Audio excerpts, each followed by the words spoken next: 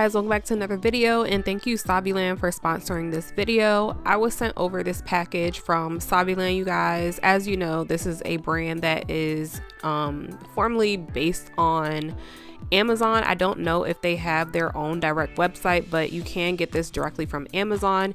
If you want to purchase this specific if you want to purchase this specific collection of acrylic powders, then I will have it linked in my Amazon storefront for you all if I can find the actual set of this. But I do already have the glow in the dark powders linked in my Amazon storefront for you all if you want to go purchase, and you can kind of go off from there and purchase different acrylic powders from them. They do have bigger powders than what these are. These are actually 0.35 fluid ounces, I believe, and I will show you that on the casing in a second. They do come with a seal protection cap, so that's good too. You usually get about 10 or more in a pack. I think my last pack was actually more than 10, but I'm not sure.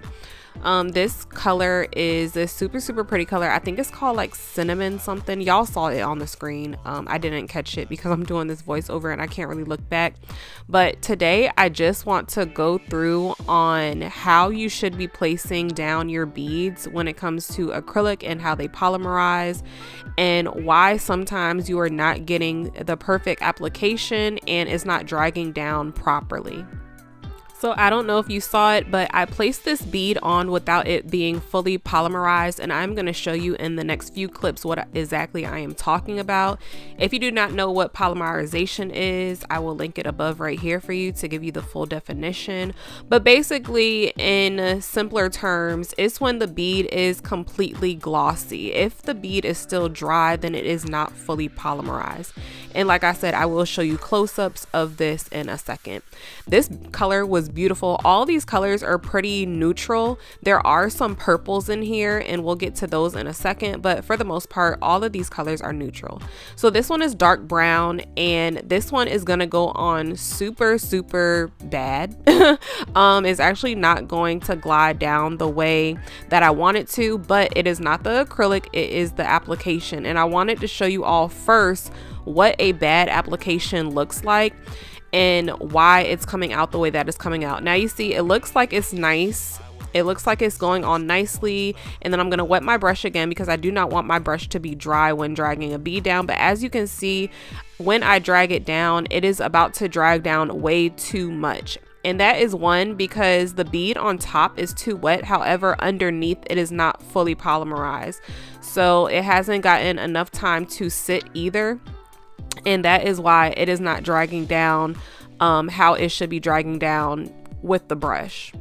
So with some acrylic powders, you will notice that you're like wiping it down or dragging it down, and you're wondering why you're wiping away so much product. One of the reasons could be that your bead is just way too wet and you need to give it time to dry. You will notice this with a lot of acrylic powders that dry slowly. So you have to be mindful, and you need to know what type of products you're working with. This one is called Glitter Gold. Now this, y'all, you know, I'm really not a fan of shimmer acrylic powders. However, this one was really beautiful.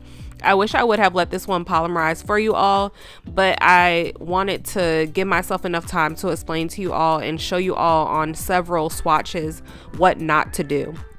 So right now, even though I'm letting this one polymerize, I did not let it fully polymerize. So as you can see, it went down very dry. I did try to wet it, but sometimes that is not going to help it because the bottom part of it is still dry. Now, also, I want you to note that when you are working with glitter acrylics, a lot of the time they are going to be a little more chalky for some reason. I don't know why that happens with glitter acrylics, but sometimes they are just not the easiest to work with. Chunky glitters are a little bit more easy because it is mostly clear acrylic with just chunky glitter.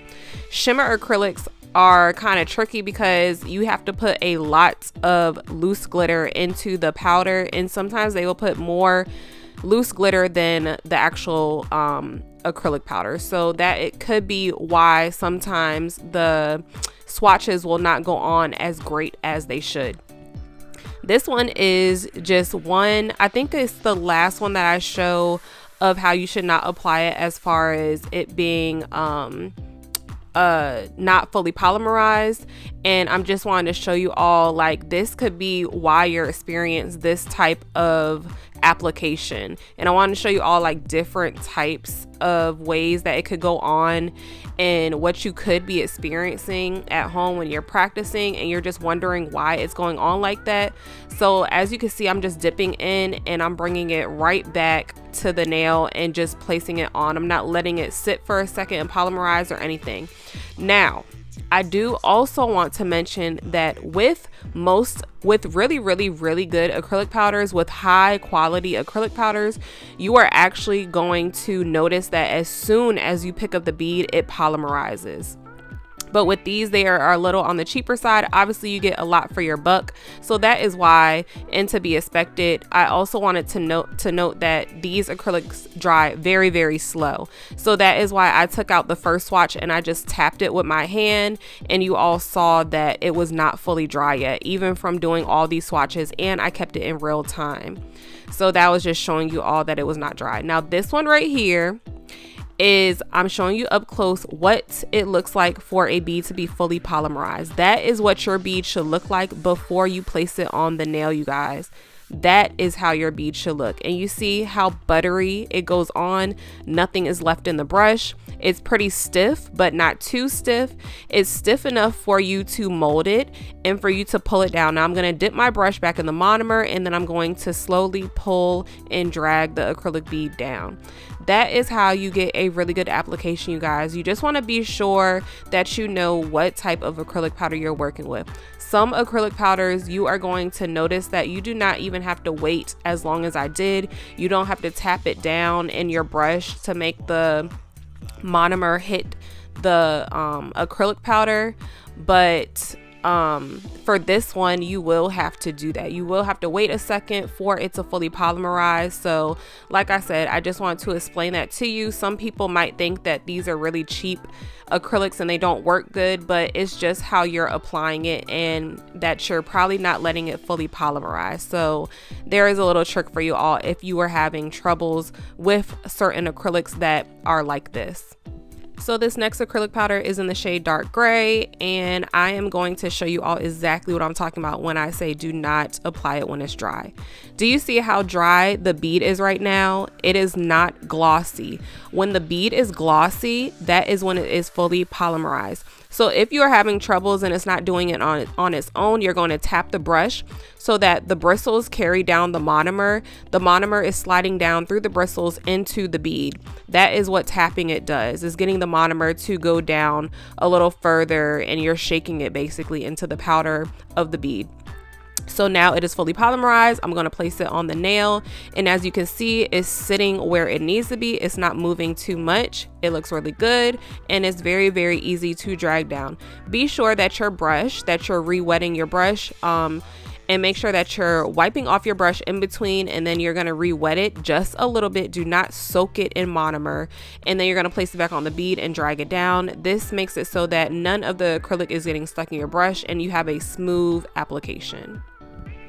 I wanted to make this video because, as you know, I've reviewed a lot of acrylic powders on my channel, and a lot of them actually come out very, very chalky. I would say that this is one of the better, cheaper acrylic powders, so I would highly recommend this for beginners. I don't know if I would recommend the glitter ones by them. I even have a little bit of trouble working with the glitter ones. They are just a little tricky to work with, and they don't polymerize as easy as the just regular solid colors, but they are very, very pretty. So like you can see right there, it was just super dry. It wasn't polymerizing the way that I needed it to, and even when I wet it, it still was just doing what it wanted to do. So out of all of them, I would definitely say that my favorites were just the regular solid colors, but as y'all know, I don't really buy glitter acrylics anyway, so it just may be my user error. But to hit on what I was saying, I've reviewed certain acrylic powders that I'm not going to name because I don't want to bash any brands or anything like that. But I've reviewed a few acrylic powders that are just very, very, as you all would say, chalky. And what we mean by that is when it does not do this right here, it doesn't get glossy. It will literally just sit there and look like clumps of powder in a sense.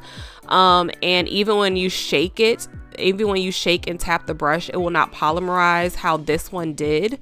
So that is what I mean when I say that I do not like acrylics like that. They're not my favorite. I do prefer a bead to fully polymerize on its own.